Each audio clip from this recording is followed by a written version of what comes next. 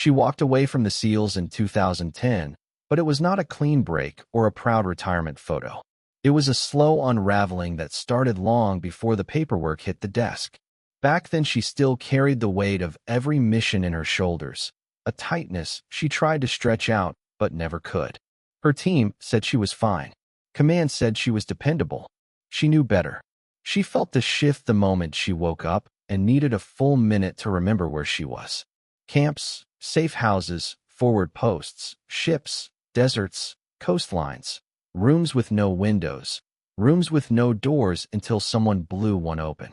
She lived in all of them and belonged to none of them. By 2010, the thought of one more deployment felt like leaning over a cliff and hoping the wind would change direction.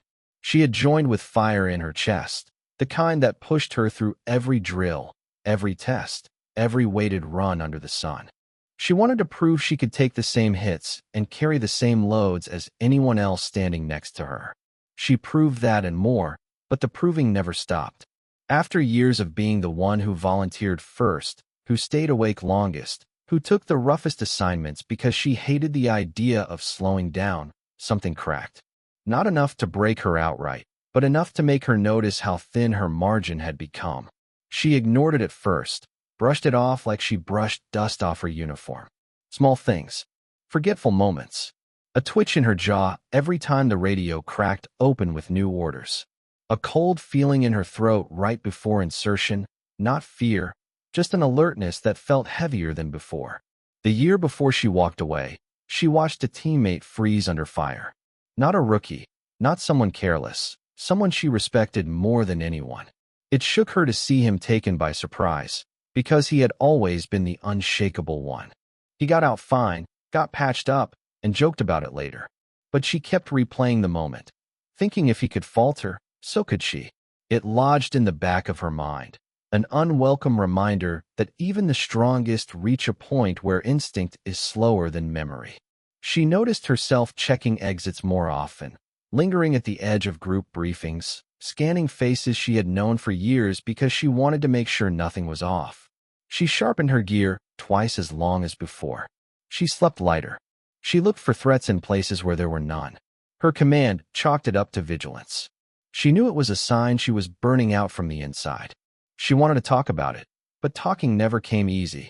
Instead, she kept moving the way a tide moves, quiet on the surface, restless underneath. In 2010, her team rotated home for a short window, just long enough to rest before the next cycle. Instead of resting, she found herself staring at her reflection, trying to recognize the person looking back. Her hair was shorter than she liked, her eyes sharper than she remembered, her body stronger, but somehow more tired. She tried to imagine 5 more years of this, 10 more, maybe even 20 if she pushed hard enough. The mental picture felt like dragging an anchor through sand. She had given every part of herself to the work. There was no part left untouched. The decision came slowly, over weeks, through small moments that added up. Waking up at 0300 because a door slammed 3 houses down. Snapping at a friend who only asked if she wanted coffee. Feeling her pulse spike at the sound of helicopters during training runs. None of it was catastrophic, but none of it felt like her. She had built a reputation on calm under pressure, and she was losing that calm like sand slipping out of her hands. When she finally stepped into her commander's office, she expected pushback. Instead, he looked at her, studied her face for a few seconds, and nodded like he had been waiting for this. He did not make her explain. He did not try to talk her out of it. He only asked if she was sure. She said she was. The words tasted like metal, sharp and final. There was no ceremony, no speech, just signatures, silence, and the sound of a door closing behind her as she stepped out into a world that suddenly felt too bright and too open. She turned in her gear piece by piece. Each item felt like part of her history, part of the person she had been shaped into. The vest with the worn straps, the helmet with the faded markings, the blade she had sharpened so many times she could do it blindfolded. Letting them go felt like letting go of a version of herself she was not sure she could ever be again. But she kept moving, because stopping meant thinking, and thinking meant feeling the full weight of the choice pressing against her ribs. By the time she walked out of the gates one last time, she did not look back. Not because she was certain, not because she was ready, but because she knew if she turned around even once she might undo the decision she had fought to make. She carried nothing but a small bag and a silence that felt heavier than her pack ever had. And she stepped into civilian life without a plan, without a script, without any idea of who she was supposed to be next. Without shutting the door completely behind her, she built a quiet civilian life piece by piece. Not because she knew what she wanted, but because she needed something that did not demand her full awareness every second of the day. At first, she kept everything simple. A small apartment on the edge of town, far from traffic, far from crowds. She picked a place with thick walls and neighbors who minded their own business. The silence felt strange the first few nights. She kept waiting for distant engines, for radio chatter, for someone calling her name through the dark. Instead, she heard refrigerators humming and branches tapping against windows. Ordinary sounds that took time to trust. Mornings came without accountability checks or training schedules. She woke early out of habit, but there was no reason to rush. She jogged because she liked the feel of steady breathing, not because someone timed her pace. She cooked simple meals, stood barefoot in her kitchen, listened to water boil as if it were something new. She kept her living space clean, everything in neat rows, a habit she could not break. Order gave her comfort. The structure felt like a soft echo of what used to anchor her. At first, she avoided other people. Not because she feared them, but because she did not know how to speak without the shorthand of her old world. She had spent years communicating through gestures, glances, half-sentences spoken under pressure. Civilians wanted full stories. They wanted context. They wanted to understand things she had no interest in opening. So she stayed on the edges. Polite nods at the grocery store. Short greetings to the barista who learned she preferred her coffee plain. Nothing deeper than that. She took a job where nobody asked about her past. A warehouse on the outskirts. Inventory, sorting, moving crates. Straightforward work that kept her hands busy and her mind calm. Her boss liked her because she was reliable. Her coworkers liked her because she did not stir up anything. Some of them tried to get close. Invitations to weekend barbecues, bowling nights, small gatherings. She declined at first. Then once in a while she said yes just to remind herself she could still be part of a crowd without scanning for threats. She never stayed long. Just enough to be present, not enough to feel exposed. Over time, she started forming small routines that made the days easier. She bought a second-hand bike and rode it along back roads at dusk. She picked up books from the used bookstore downtown, choosing titles with no war, no thrillers, nothing that mirrored the life she left. She grew a habit of sitting on her balcony at night with a blanket around her shoulders, watching the passing headlights on the distant highway. The world kept moving, and for the first time she felt like she did not have to keep up with it. Her body slowly adjusted to the new rhythm. No sudden bursts of adrenaline, no forced endurance, no 12-hour nights waiting for orders that never came. Instead, she learned to breathe without urgency. She could sleep through the sound of a car backfiring. She no longer woke with her hand reaching for a weapon that was not there. She learned the names of her neighbors' dogs. She learned which cashier would let her through the line the fastest. She learned the weather patterns on her side of town, when the wind picked up, when the mornings came cold. She still carried the past in ways nobody could see. Some nights the quiet grew too heavy, and she felt the edge of that old restlessness. She dealt with it by walking until her legs grew warm and her mind loosened.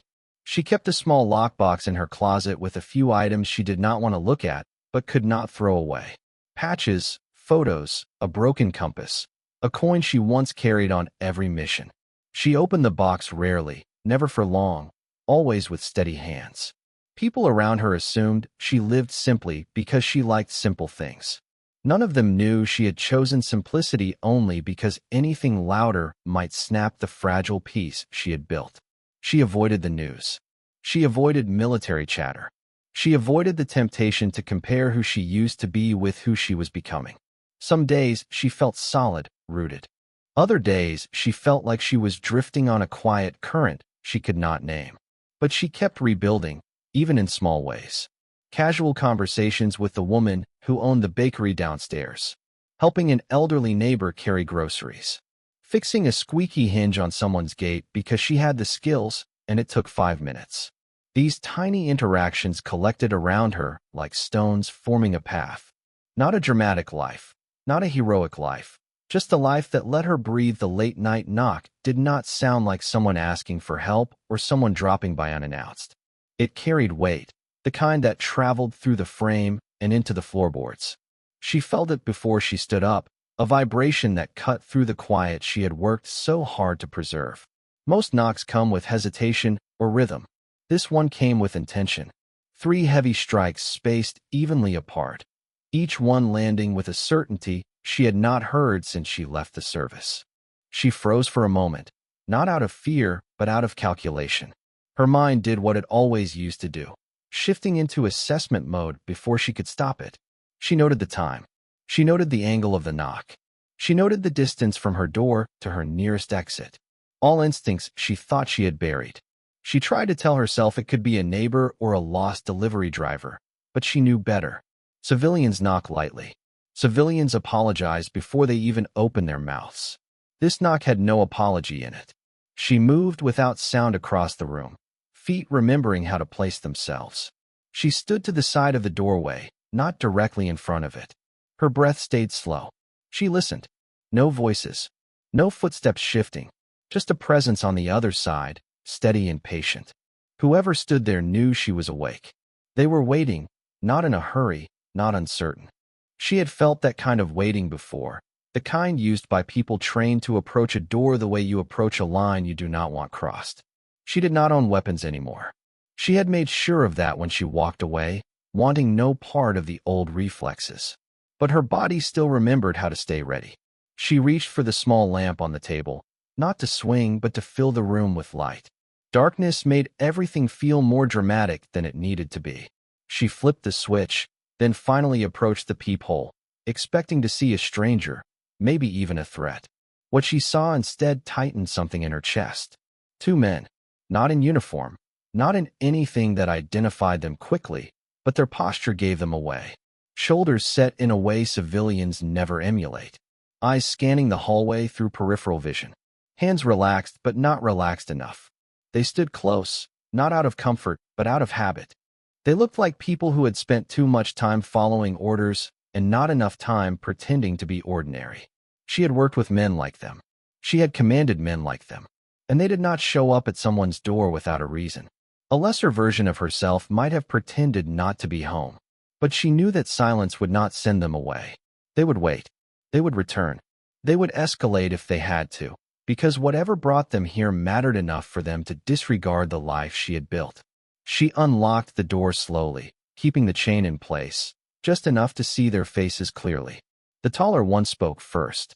Not a greeting, not a request, just her name, spoken flat and certain. Hearing it delivered that way brought back the feeling of standing in briefing rooms, of listening to commands without space for negotiation.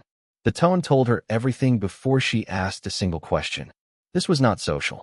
This was not optional. This was something carried from far above them, passed down through channels she had hoped never to intersect with again. She asked what they wanted.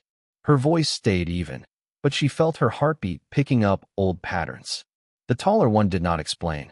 The shorter one glanced down the hallway, then back at her, as if checking for witnesses she had no intention of inviting into this moment. He said they needed to speak inside. She told them that wasn't happening. She did not invite unknown forces into her home, especially not ones tied to a world she had spent years detaching from. They exchanged a brief look, a silent conversation she had no trouble reading.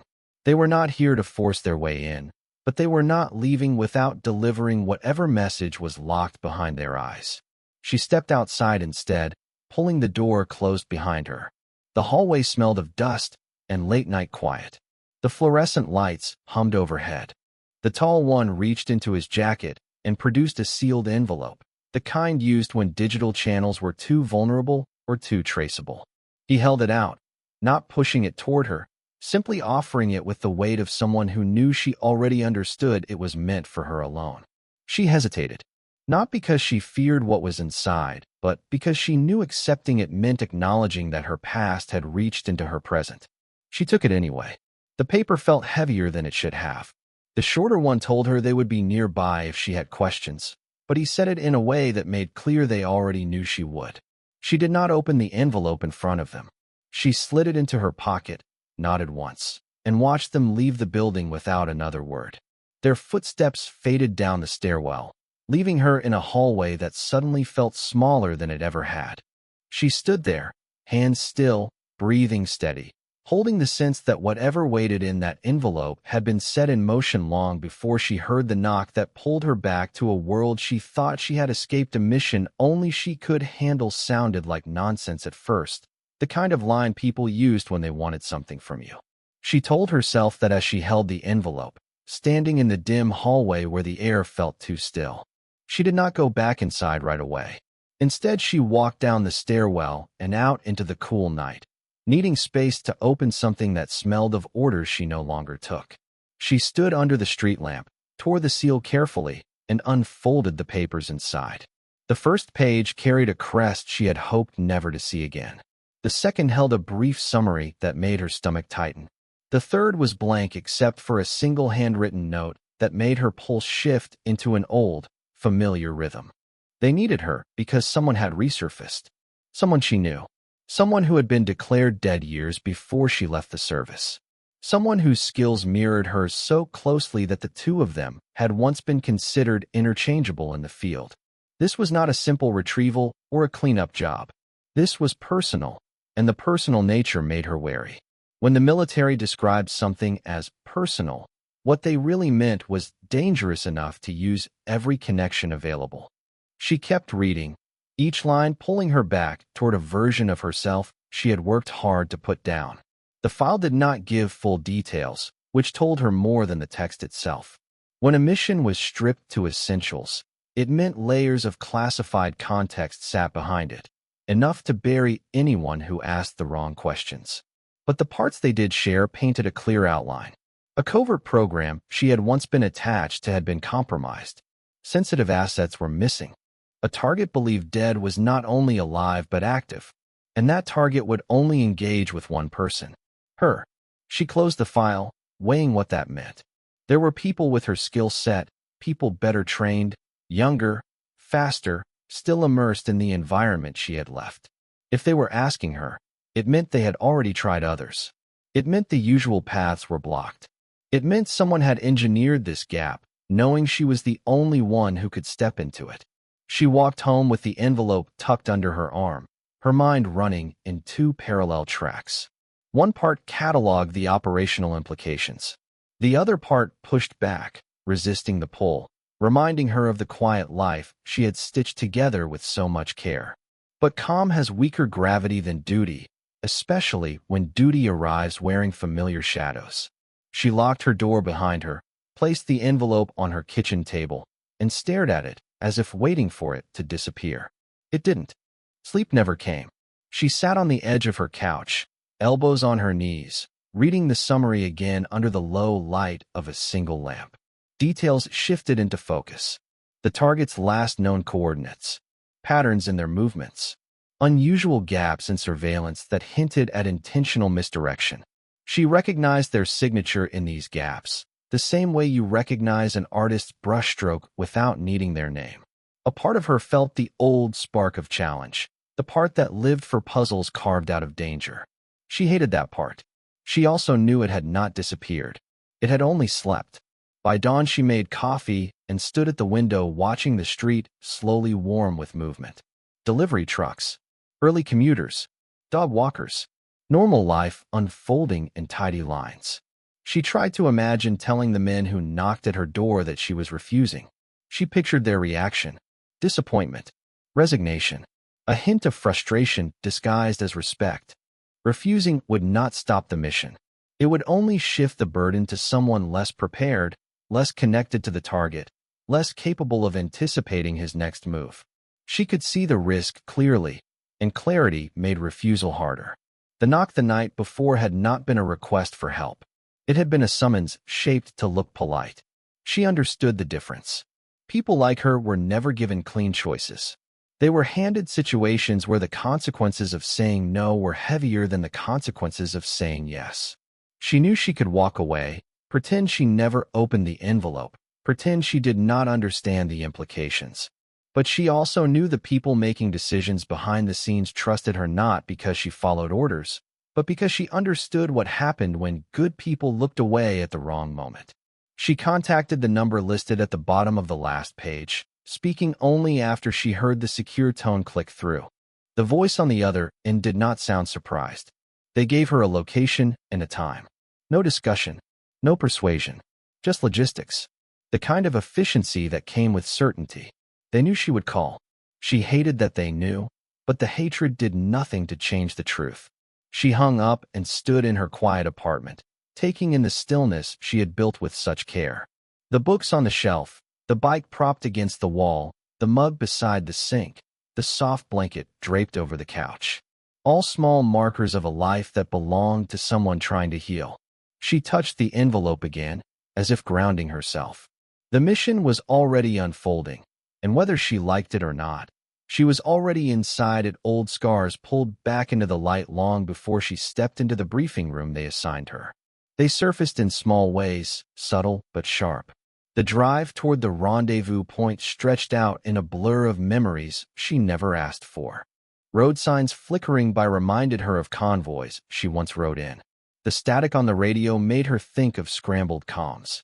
Even the quiet hum of her engine felt too steady, too controlled, the kind of monotony that gave the mind space to wander where she did not want it to go. She kept her hands tight on the wheel, breathing slow, knowing the past had a habit of arriving uninvited once the present shifted into unfamiliar territory. When she reached the secure location, something in her chest tightened further.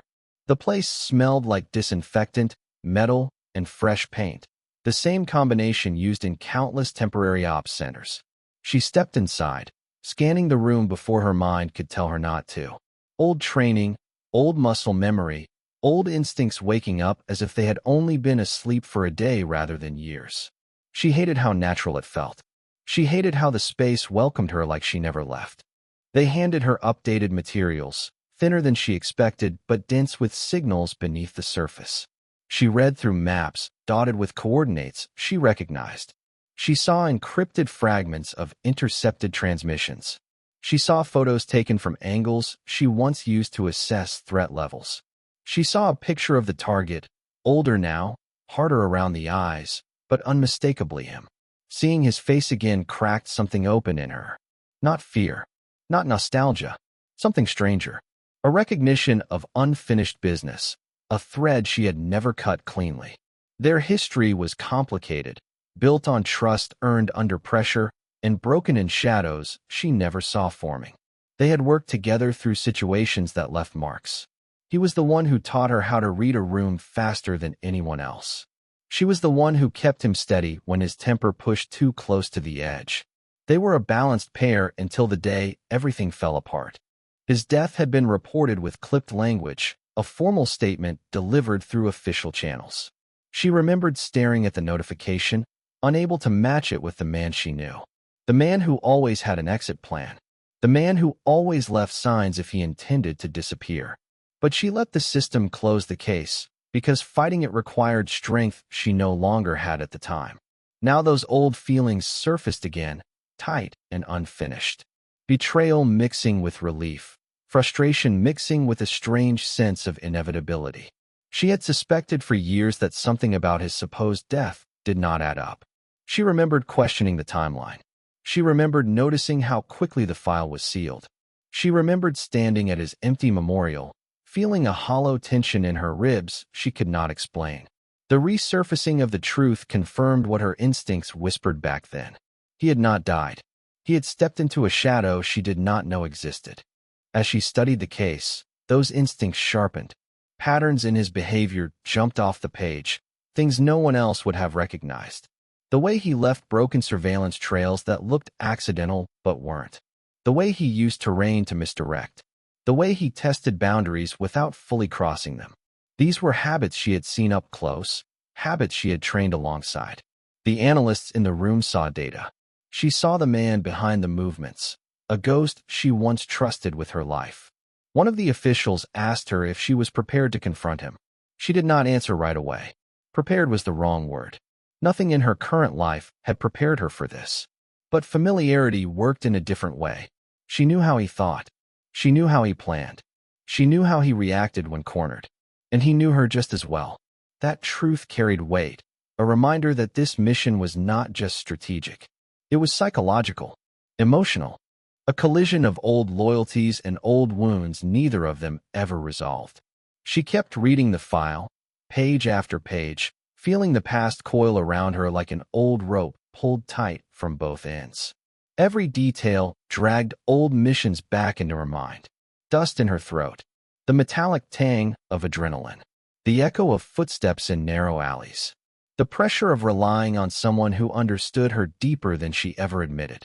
These memories did not ask permission. They rose the moment she saw his handwriting in the margins of a recovered notebook, a marker of his presence only she would identify. When she finished, she closed the file but did not set it down. Her fingers lingered on the cover, knuckles tightening slightly as she tried to compose herself. The room around her continued with its quiet activity, people reviewing data, cross-checking information, moving with controlled urgency. She stood still in the center of it all, carrying the weight of a history that no one else in the room fully understood. The mission they assigned her was not just a matter of skill. It was a matter of connection, a tie that had once defined her and now threatened to pull her back into a world she thought she had locked away.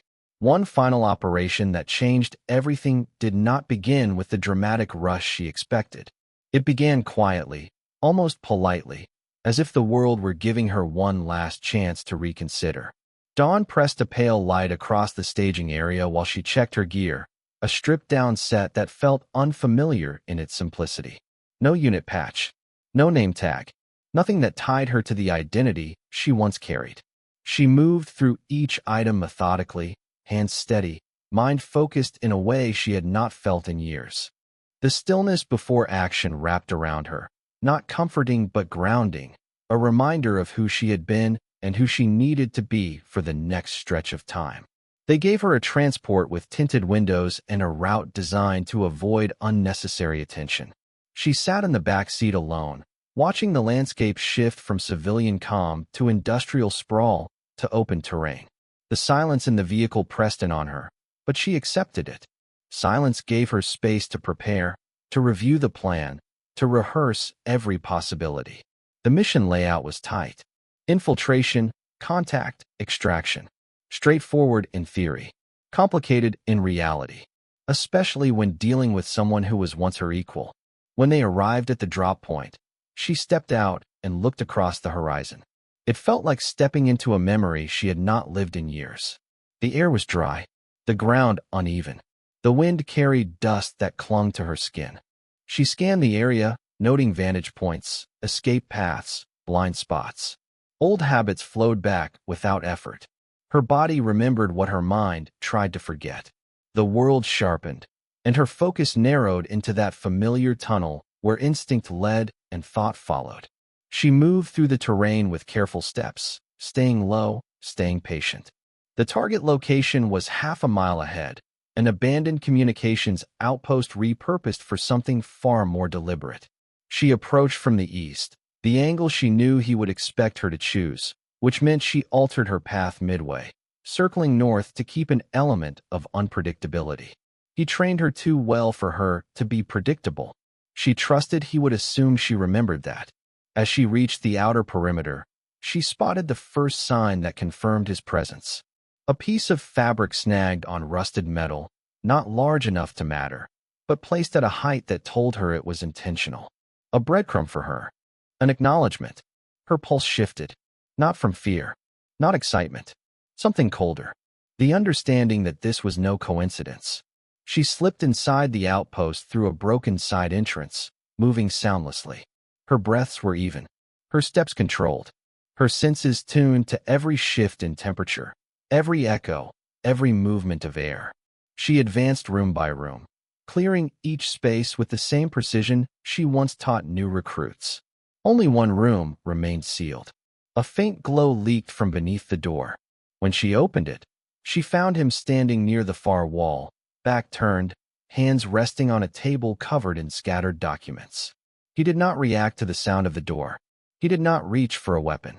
He spoke her name with a calm she felt in her bones.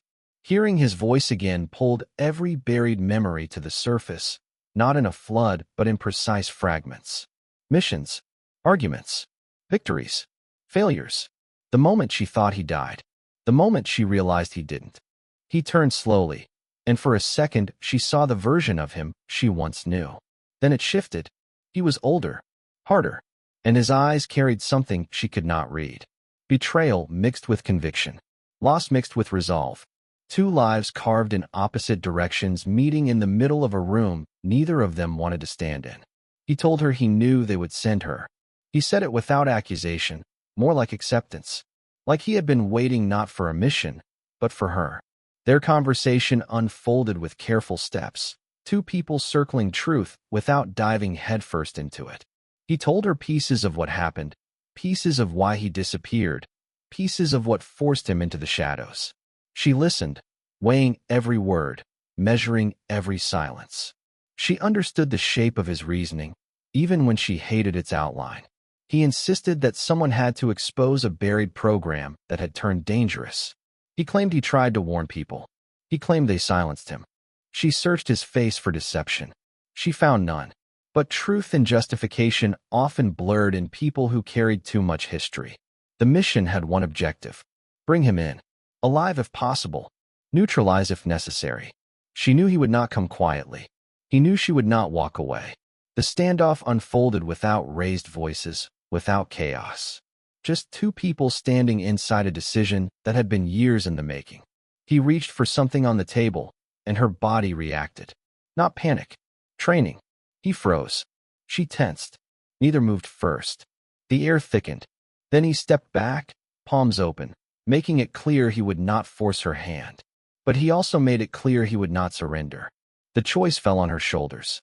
Duty or history. Mission or truth. The life she built or the life she walked away from. She did not rush. She did not break.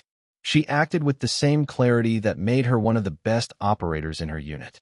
The final minutes unfolded quietly, the kind of quiet that changes a person from the inside, the kind that stays long after the dust settles and the reports are written.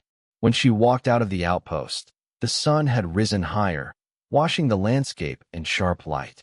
She carried the weight of the mission in her chest, heavier than any load she had carried before.